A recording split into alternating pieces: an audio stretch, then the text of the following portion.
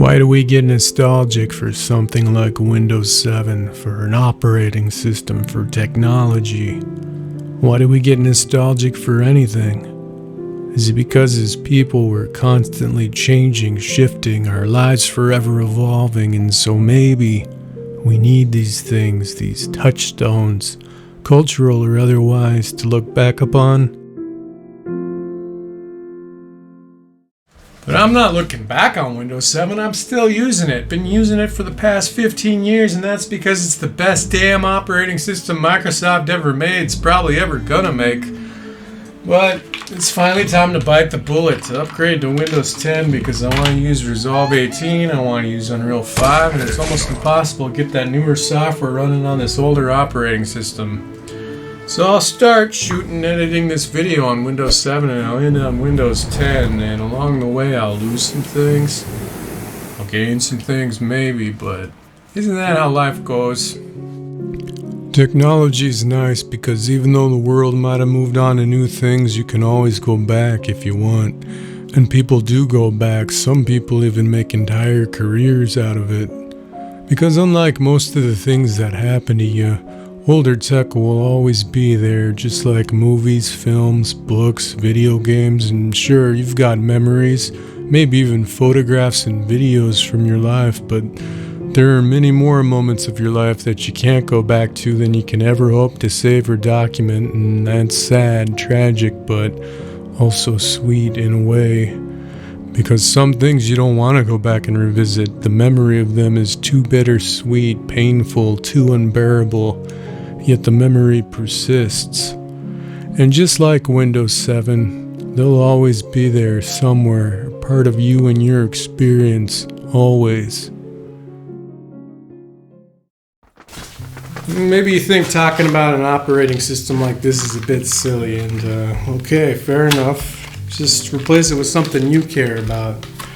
A toy from your childhood, a piece of furniture that has sentimental value, an old t-shirt an ex-lover left lying around. Doesn't really matter, but the point is that sometimes objects in our life are a bigger part of us than we like to admit, and they provide meaning and comfort.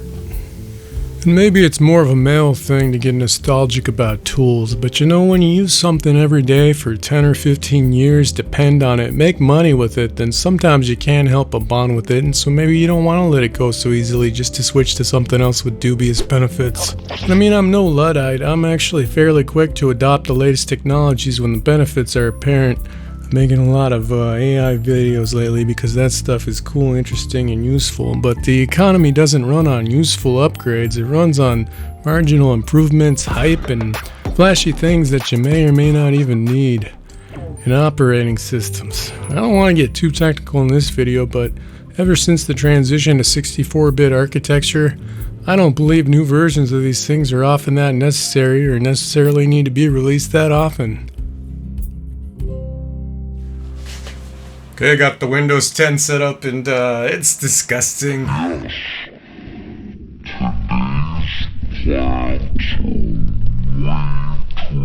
It feels gross compared to Windows 7. I don't know how everybody's been doing this for so many years. I mean, you got this ugly white start bar and these tiles here.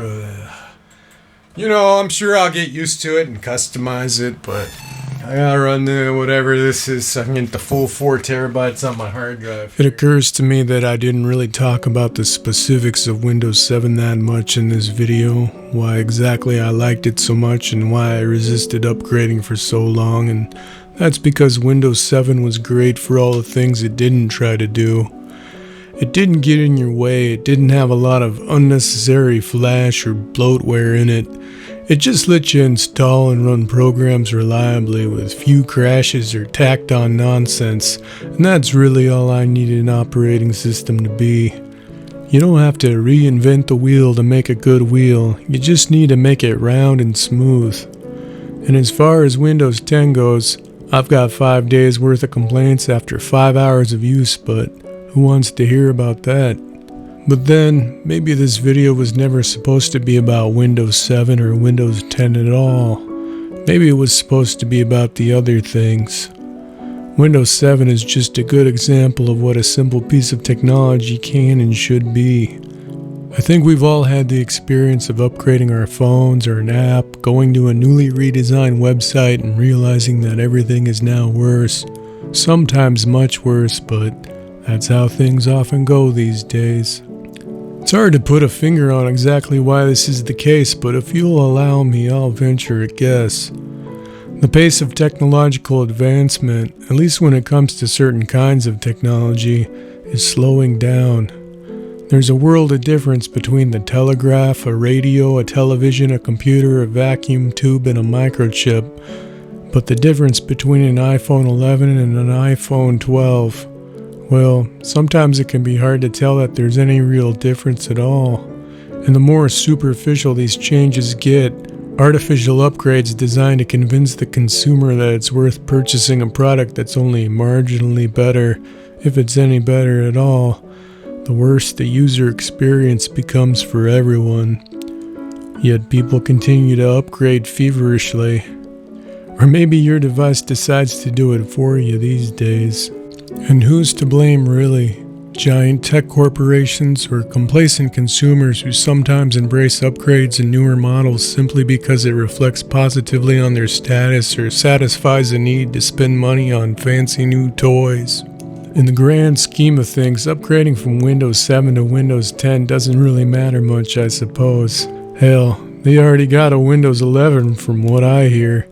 But I gotta tell you, it did feel good to last as long as I did, because despite what they say, progress doesn't always equal progress, but change always means change.